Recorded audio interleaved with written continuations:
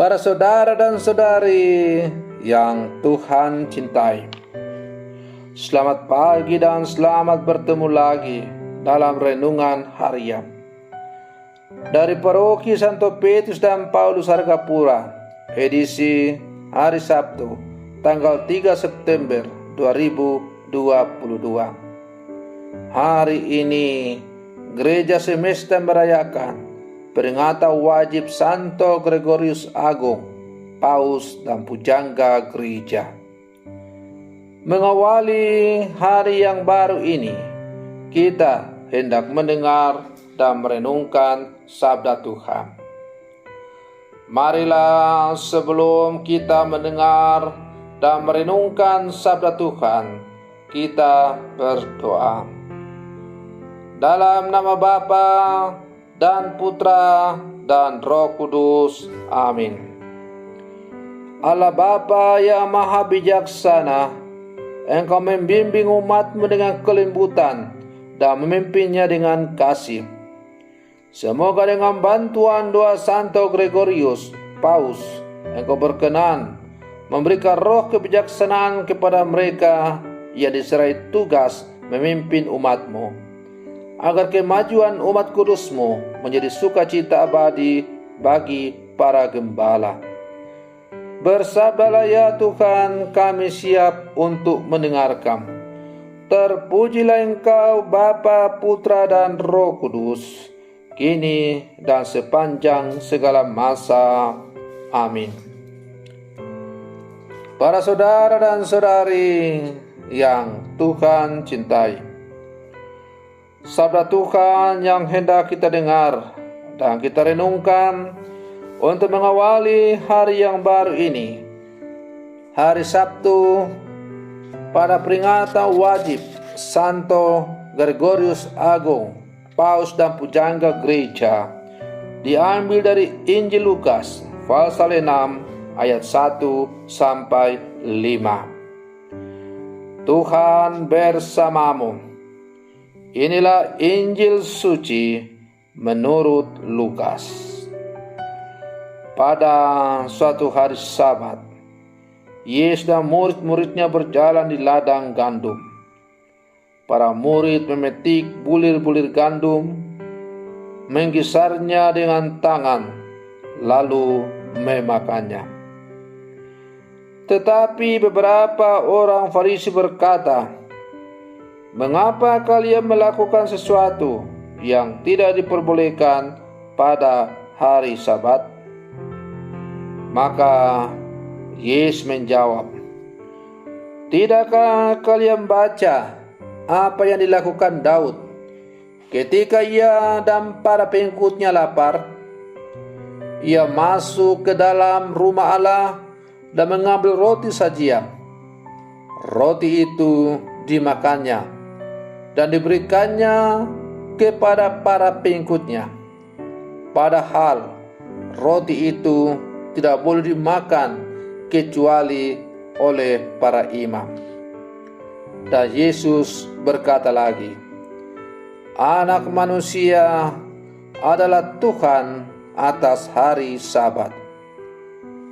Demikianlah sabda Tuhan.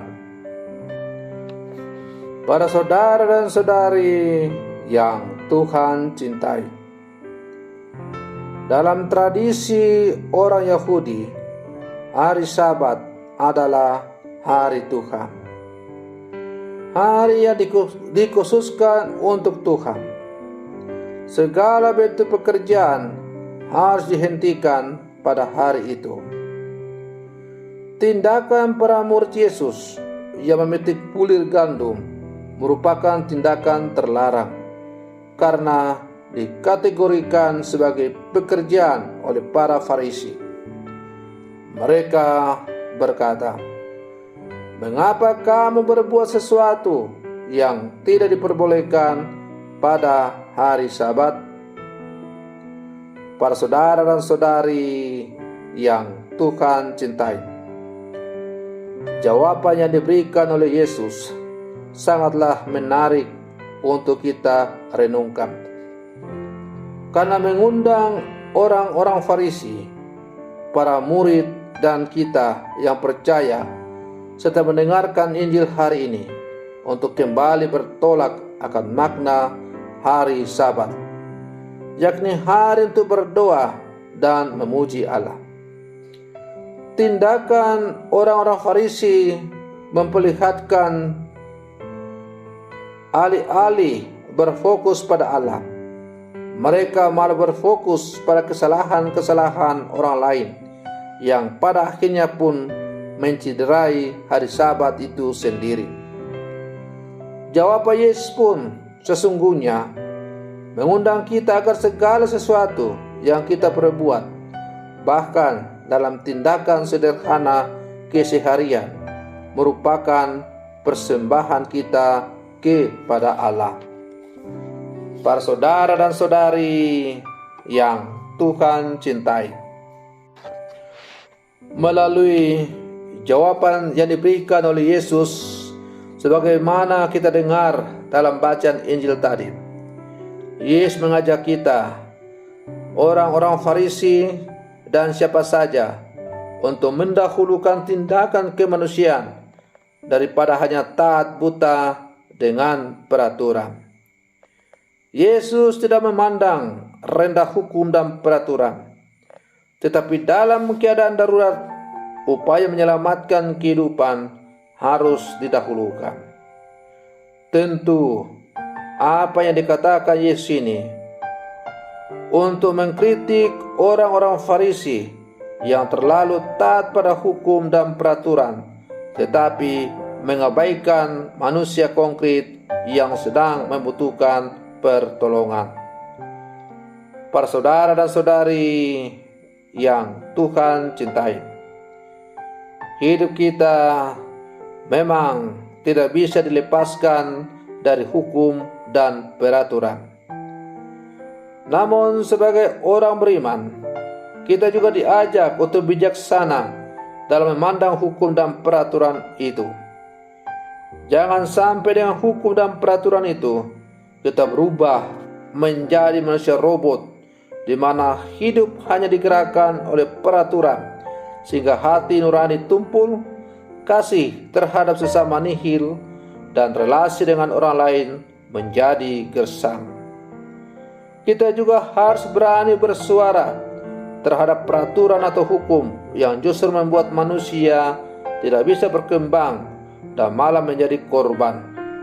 Misalnya, peraturan yang diskriminatif, tidak ramah dengan orang-orang yang berkebutuhan khusus, atau hanya menguntungkan kelompok tertentu saja. Peraturan yang baik harus mampu menjaga dan melindungi hidup semua orang tanpa kecuali. Peraturan bukanlah tujuan dari hidup manusia, tetapi hanya sarana untuk menuju kepada hukum tertinggi, yaitu hukum kasih, hukum dari Allah sendiri. Maka hukum atau peraturan itu harus mengantar orang untuk bertemu dengan hukum yang tertinggi, yaitu Allah itu sendiri, sebagai sumber dari segala sumber hukum dalam hidup ini. Para saudara dan saudari yang Tuhan cintai, maka marilah sebagai murid-murid Yesus yang dipanggil dan diutus di zaman sekarang, kita sungguh-sungguh menjalankan tugas dan panggilan kita sebagai murid-muridnya dengan sejati. Semoga pada akhirnya kita semakin layak disebut sebagai murid-murid Yesus yang siap untuk mewartakan kasih dalam seluruh kehidupan. Semoga demikian. Selamat pagi. Tuhan Yesus memberkati.